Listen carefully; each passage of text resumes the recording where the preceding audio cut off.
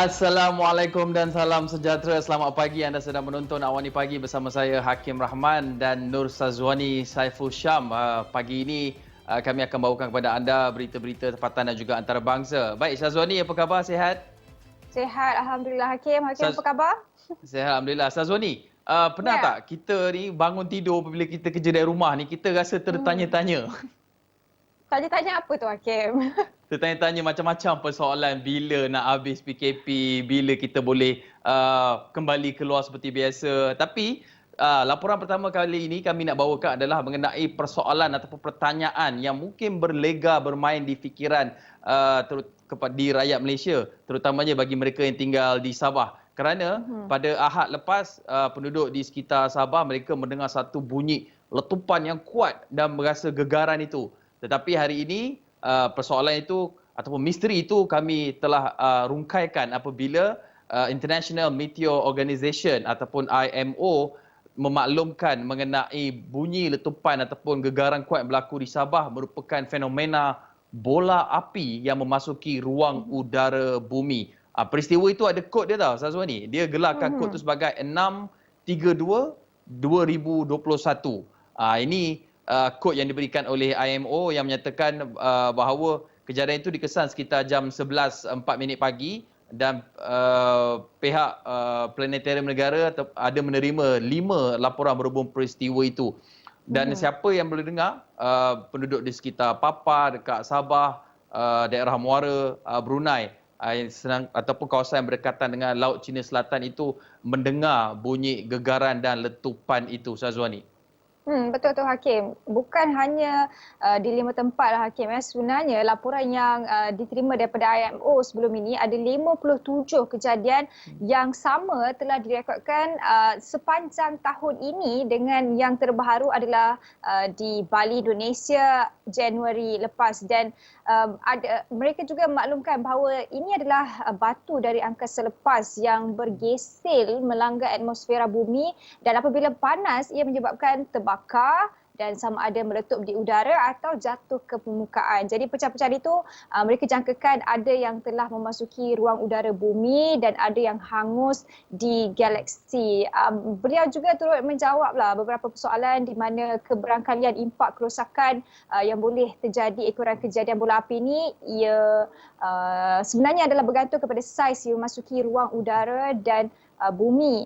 Dan sekiranya ia adalah terlalu besar, ia akan menghasilkan fenomena sonic boom atau letupan yang kuat, sama seperti yang berlaku di Sabah. Itu perincian bola api yang berlaku di Sabah Ahad lepas Hakim. Seterusnya mungkin kita nak teruskan dengan perincian yang juga menjadi tumpuan utama semalam, di mana Mahkamah Tinggi semalam menjatuhkan hukuman penjara 6 tahun dan denda RM15.45 juta ke atas bekas pengerusi Felda Tan Sri Muhammad Isa Abdul Samad atas 9 pertuduhan menerima rasuah sebanyak RM3.09 juta. Hakim, mungkin Hakim boleh ceritakan perinciannya.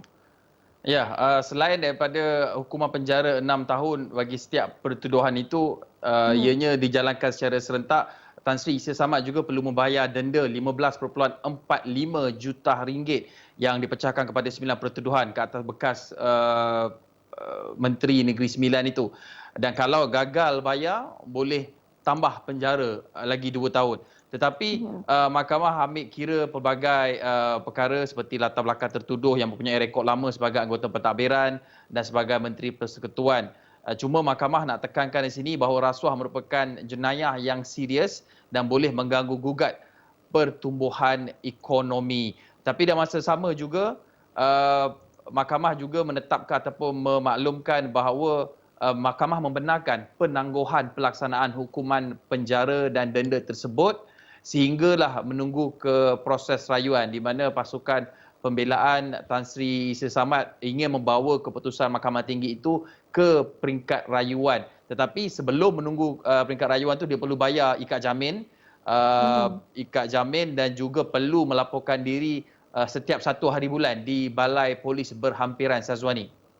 Betul tu Hakim. Selain daripada isu ini ataupun laporan ini menjadi paparan utama di astroawani.com, laporan ini juga adalah paparan utama bagi portal berita harian di mana mereka melaporkan bahawa Isa Samad kena 6 tahun penjara dan denda 15.45 juta ringgit. Itu juga adalah headline ataupun tajuk utama berita harian. Hakim, apabila Hakim bercakap berkenaan dengan mahkamah benar tangguhkan pelaksanaan hukuman, kita di Astro Awani ada turut memperincikan jenis-jenis hukuman yang ditangguhkan itu di astroawani.com. Malah semalam Mahkamah Tinggi turut membenarkan permohonan Tan Sri Muhammad Isa Abdul Samad untuk menangguhkan pelaksanaan hukuman ataupun stay of education penjara 6 tahun dan juga denda 15.45 juta ringgit yang dijatuhkan ke atasnya sehingga rayuan didengar dan diputuskan kelak. Itu yang dijelaskan ataupun diputuskan oleh Mahkamah Tinggi semalam. Hakim, kalau kita nak bercakap mengenai rasuah ni, baru-baru ini juga kita sedia maklum bahawa Presiden Transparency International Malaysia Dr. Mahathir Mohan ada memaklumkan bahawa Malaysia mencatatkan skor 51 daripada 100 berbanding 53 pada tahun sebelumnya, dan antara perkara yang mempengaruhi skor ini adalah kegagalan pembentangan rang undang-undang RUU pembiayaan politik serta beberapa pendakwaan rasuah yang digugurkan yang melibatkan Liza Aziz, Datuk Seri Musa Ahmad dan Datuk Seri Tengku Adnan Tengku Mansur. Itu juga sebelum ini kami ada laporkan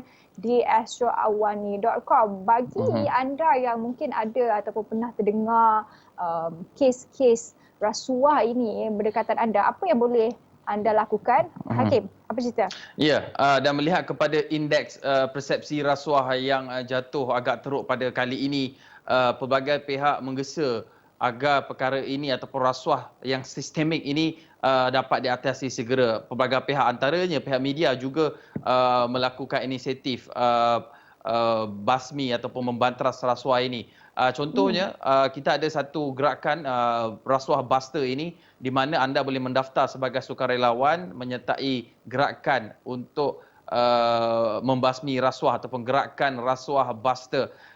Apa ceritanya? Ceritanya adalah mengenai melihat kepada indeks persepsi rasuah yang menurun daripada 53 kepada 51 daripada 100 ini.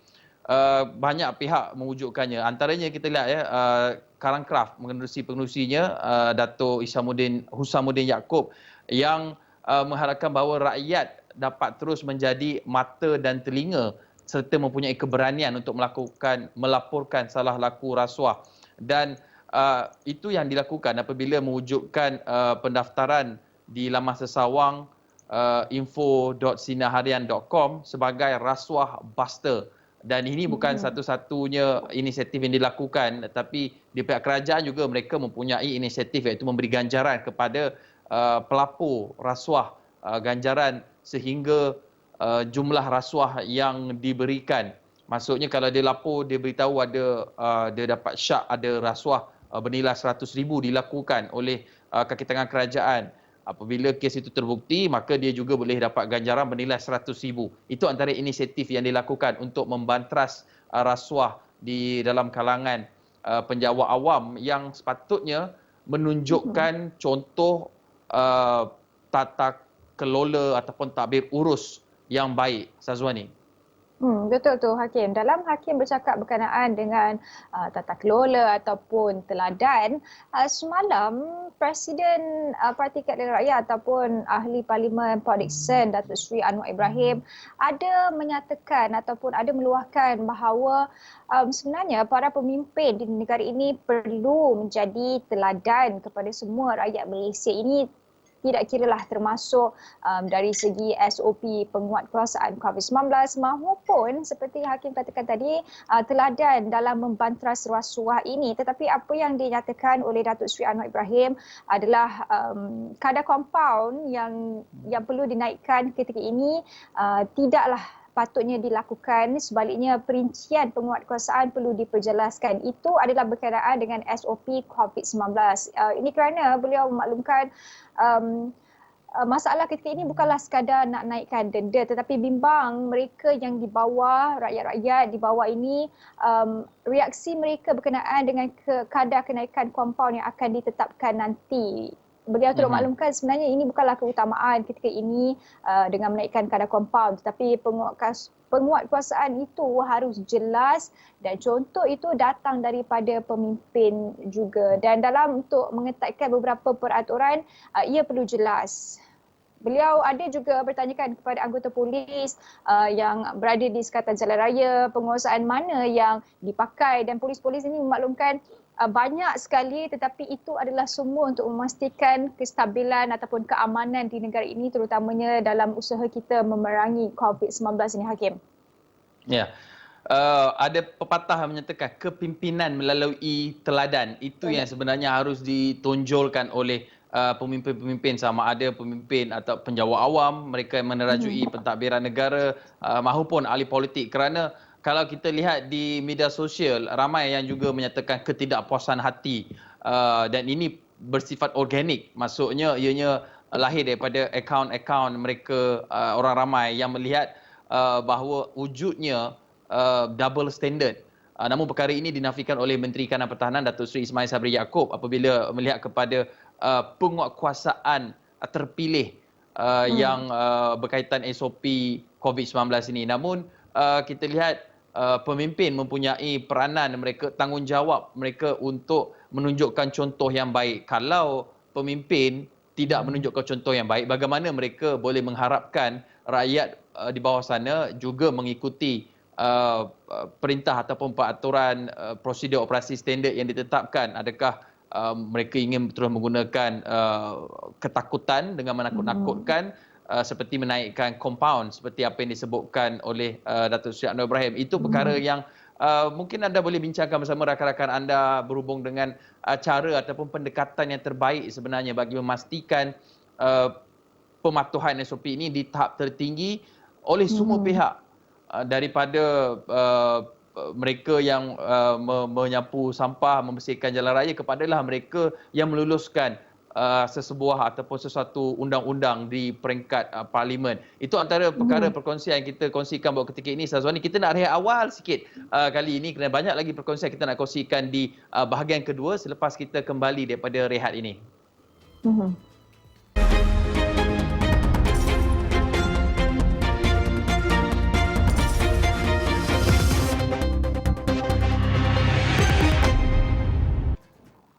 Baik, betul kembali dalam Awal Ni Pagi bersama saya, Syazwani dan juga Hakim. Dan untuk blok kedua ini, kami nak ceritakan sedikitlah beberapa cerita yang boleh dijadikan tumpuan sepanjang hari ini dan bahan-bahan untuk dibualkan.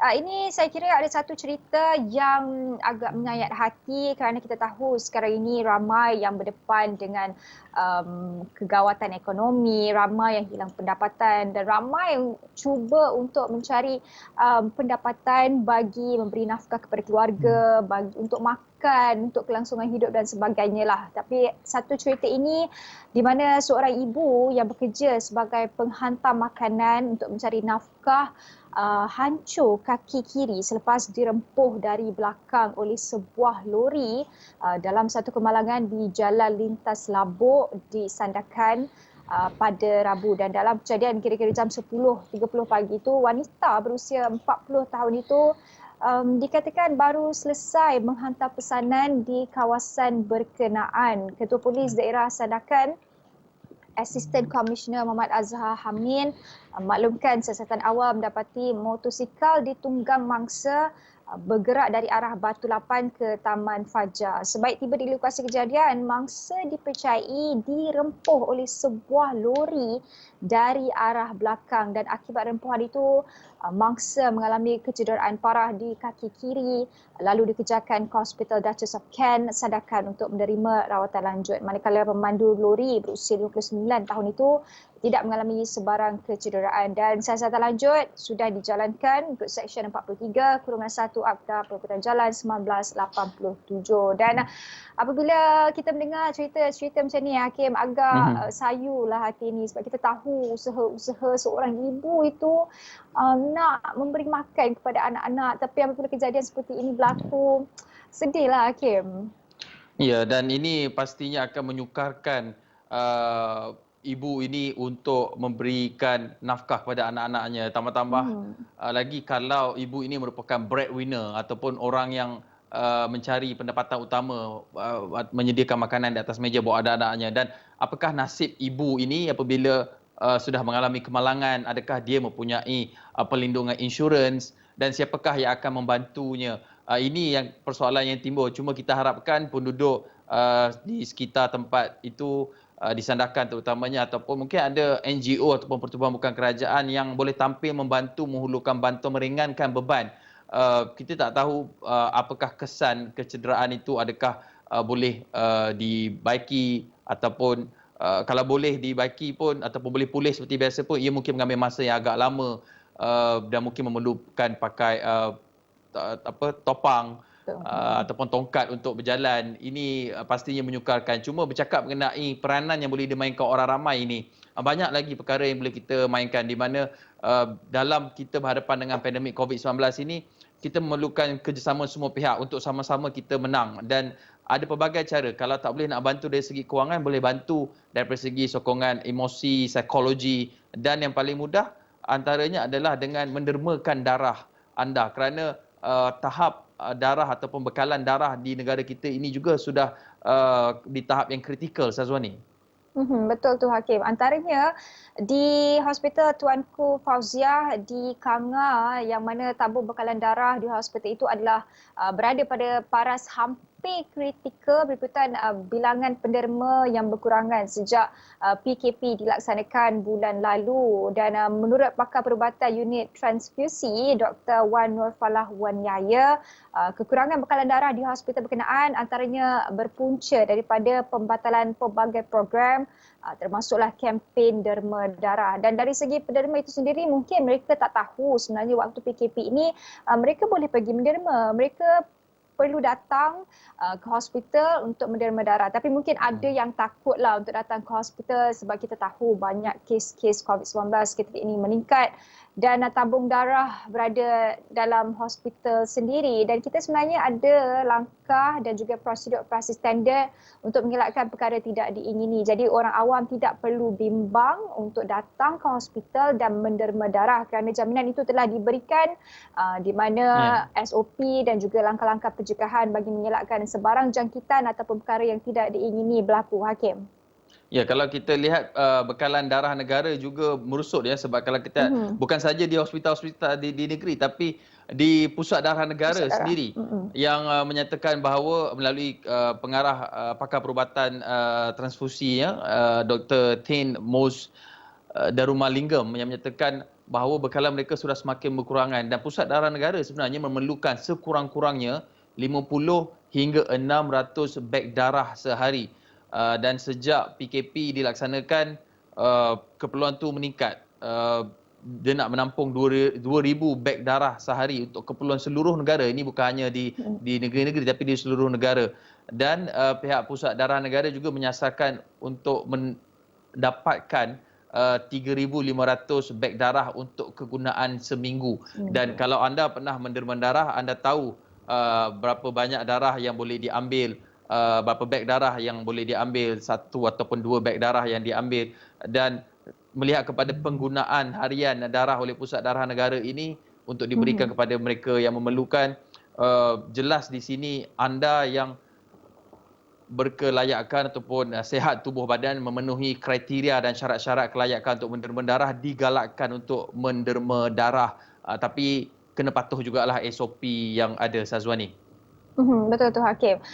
Selain itu, kita tahu negara kita berdepan dengan pandemik COVID-19 dan Panglima Tentera Utama yang sering mengingatkan kita untuk terus jaga SOP, pakai pelitup muka, basuh tangan dan juga pakai sanitizer dan juga jaga penjarakan fizikal ini adalah Ketua Pengarah Kesihatan Tan Sri Dr. Nur Hisham Abdullah. Beliau sejak dari hari pertama berlakunya penularan telah bertungkus lumus untuk memastikan landai ataupun lengkung COVID-19 ini dapat dilandaikan. Dan semalam Ketua Pengarah Kesihatan itu, Tan Sri Dr. Nur Hisham, ada menafikan bahawa mesej yang tular kononnya beliau telah meletakkan jawatan beliau menafikan perkara itu dan dalam satu hantaran ringkas di akaun media sosialnya, Dr. Nur Hisham ada maklumkan bahawa penularan berita palsu itu turut mengelirukan rakyat yang mana antara kandungan mesej yang tular adalah mengaitkan dengan peletakan jawatan Dr. Nur Hisham disebabkan peningkatan kes COVID-19 yang ketara. Jadi saya kira dalam waktu-waktu yang agak sukar ini tidak perlulah kita nak menyebarkan berita palsu yang akan mengelirukan rakyat yang juga mungkin akan menimbulkan keresahan dalam kalangan orang ramai kerana kita tahu Tan Sri Dr. Nur Hisham ini sudah berusaha sebaik mungkin dalam melawan pandemik COVID-19 ini. Itu adalah cerita yang dinafikan oleh Tan Sri Dr. Nur Hisham. Semalam juga kalau kita nak ceritakan sedikitlah berkenaan dengan statistik COVID-19, semalam ada 4,284 kes baharu yang dilaporkan, menjadikan jumlah keseluruhan kes kini adalah 226,912 kes dan daripada jumlah itu sebenarnya ada 6 kes import yang dilaporkan menerima jangkitan daripada luar negara dan selebihnya merupakan jangkitan kes tempatan. Kes aktif dengan keboleh jangkitan kini adalah sebanyak 48,309 kes dan dalam masa sama ada pertambahan 18 kes kematian baharu yang direkodkan semalam di mana Selangor masih kekal negeri tertinggi dengan pertambahan kes harian melebihi 1,500 kes, diikuti dengan Johor lebih 900 kes dan juga Kuala Lumpur lebih 651 kes. Hakim. Ya, dan peningkatan angka-angka ini menimbulkan persoalan sampai bila ataupun bilakah kita boleh kembali mencapai sifar jangkitan tempatan seperti apa yang kita catatkan sebelum pilihan raya negeri Sabah tahun lalu. Dan perkara ini jugalah yang dibangkitkan oleh akhbar The Star.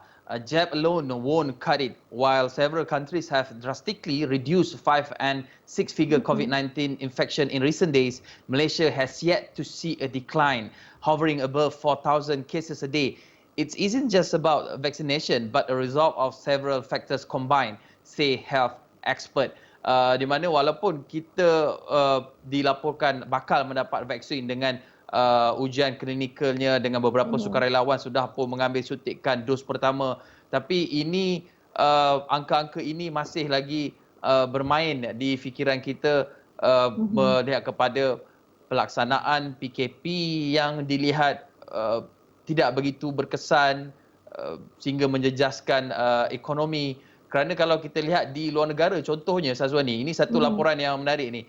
Kita lihat di luar negara, contohnya di Denmark, mereka bercadang untuk mewujudkan satu pasport digital.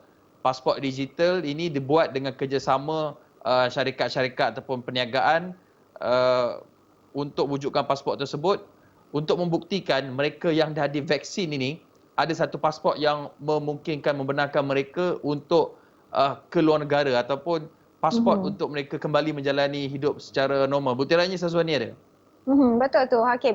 Dan kalau kita nak bercakap berkenaan dengan keputusan yang diumumkan oleh kerajaan Denmark ini, selain daripada untuk membuktikan rakyat-rakyat mereka sudah menerima vaksin COVID-19, Menteri Kewangannya ada maklumkan ia sekaligus membolehkan rakyatnya untuk kembali mengembara dan juga mengurangkan sekatan kehidupan sosial yang mana kita tahu Denmark juga ada berdepan dengan beberapa sekatan dalam usaha untuk menurunkan jumlah jangkitan COVID-19 di negara itu dan mereka menjangkakan bahawa dokumen digital itu akan siap dalam tempoh 3 hingga 4 bulan akan datang dan ia sekaligus bakal menyaksikan pembukaan semula Denmark secara beransur-ansur dan ia dijangka akan berlaku dengan tenang tanpa sebarang masalah yang akan dihadapi. Dan sebagai langkah pertama sebelum berakhir Februari ini, kerajaan Denmark ada menyediakan satu platform dalam laman rasmi Kementerian Kesihatan mereka untuk orang ramai mendapatkan maklumat berkenaan mereka yang sudah menerima vaksin. Jadi